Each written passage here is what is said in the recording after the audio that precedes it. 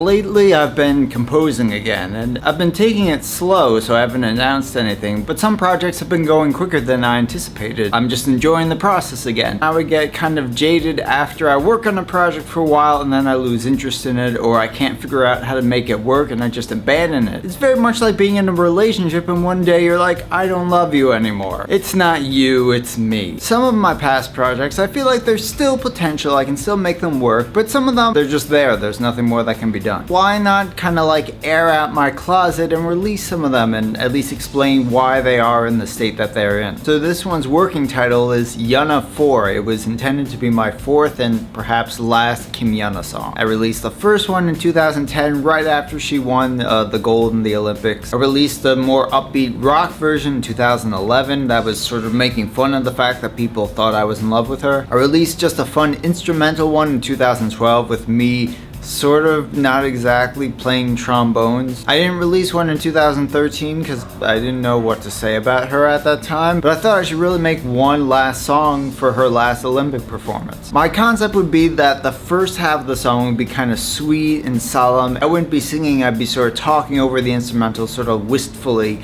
and the second half would be sort of like pep band cheer music, like upbeat, up-tempo, but I couldn't figure out what message the upbeat part was going to be. If it was going to be prior to her participation in the Olympics, was it going to be kind of just cheering her on? That's not really a deep or interesting message. Or is it going to be after the fact? Is it going to be after and she won? What if she doesn't win? And if she doesn't win, which turned out to be the fact, what kind of message would be most appropriate? Oh, good try. I mean, yes, that is an appropriate message in reality, but do you really construct a song around that? I don't know, I couldn't figure it out, and at the time I was also too involved in the like changing my visa, that process, so I couldn't really get into it at the time either. So all I wrote was the first half, the sweet part. It was very much influenced by Yoshiki's Eternal Melody albums. Yoshiki is the drummer and pianist of X Japan. I don't know if he actually arranged his own songs for these Eternal Melody albums. They're classical arrangements of, you know, his fast rock songs, but in a much more sweet way. Anyway, please listen. I have no more use for the song, unfortunately, but I still like it. I'm proud of